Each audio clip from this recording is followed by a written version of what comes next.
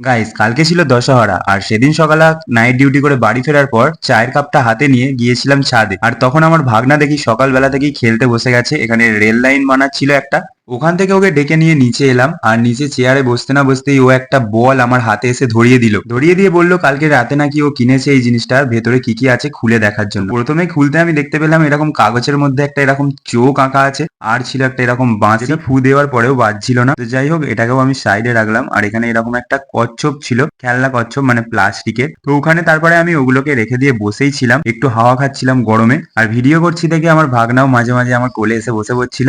তারপর টিফিনের টাইম হয়ে গিয়েছিল আর সকালবেলা হয়েছিল হচ্ছে লুচি আর এদিকে আলু পটলের তরকারি আর সিমু। তো খাওয়া দাওয়া শেষ করার পরেই দেখতে পাচ্ছ ও আবার ফোন নিয়ে বসে গেছিল ফোন দেখার জন্য। তো তারপরে আমিও বাইরের দিকে যাচ্ছিলাম আর বাইরের দিকে যাওয়ার সময় দেখলাম দিদি এরকম আম কাটছে, হিমসাগর আম। তো যাই হোক, আম দেখে একটু বসে গিয়েছিলাম আম খাবো বলে, আর অল্প করেই কেটেছিল, দেখে নাও এই কটা। তারপর আম খাওয়ার পর শুরু হয়ে গেছিল আমার ভাগনা আর প্রিয়মের খেলা, যেটা হচ্ছে এই বালতির মধ্যে বল ফেলা। আমি ওদের মানে খেলতে বলেছিলাম কারণ ওরা ভীষণ হুড়োহুড়ি করছিল। তারপরে এরকম একটা গেম ওদেরকে খেলতে দেওয়ার পর ওরা একটা মানে রুলস মেনে খেলছিল, আর আমি এদিকে অ্যাঙ্কারিং করছিলাম ওদের খেলার হয়ে। আর খেলার নিয়ম ছিল হচ্ছে এই বালতির মধ্যে যে আগে 10 বার বলটা মানে ছুঁড়ে ঢোকাতে পারবে সেই হবে আজকের উইনার। তো দুজন মিলে খুব চেষ্টা করছিল। আজকের খেলার এই খেলাটার প্রিয়ম উইনার হলো। এবার আবার সেকেন্ড খেলা হবে, সেকেন্ড খেলায় জিততে হবে, ঠিক আছে? তো তারপরে খেলাটা একটু টাফ করে দিয়েছিলাম, একটু দূর থেকে বলটা ছুটতে হচ্ছিল আর যে বালতিটা ছিল একটু উঁচুতে করে দিয়েছিলাম। খেলতে শুরু করে দিয়েছিল আর আমিও মজা নিচ্ছিলাম ওদের খেলা দেখতে দেখতে।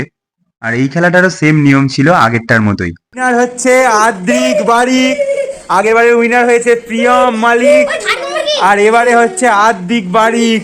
তারপরে ওদের সাথে খেলতে খেলতে দুপুর হয়ে গেছিল আর আজকে ভাত হয়নি, দেখতে পাচ্ছ চিড়ে মুরগি দই মিষ্টি আম এইসবই খেয়েছিলাম। তো খাওয়ার পরে একটু ঠাকুরতলায় গিয়েছিলাম আর এই হচ্ছে আমাদের বারোয়ারি তলা। এই দশহরাতে প্রায় সব জায়গাতেই এরকম মনসা ঠাকুর আসে, আর ওখানে গিয়ে কিছু ছোটখাটো সাবস্ক্রাইবারের সাথে আমার দেখা হয়ে গিয়েছিল, দেখতে পাচ্ছ আমার ক্যামেরায় হাই করছে সবাই মিলে। যাই হোক, আজকের ভিডিওটা এখানেই শেষ করছি। কেমন লাগলো অবশ্যই লাইক কমেন্ট করে জানিও, আর ভালো লাগলে ফলো করে পাশে থাকো এরকমই নতুন নতুন মিনি ব্লগ দেখার জন্য।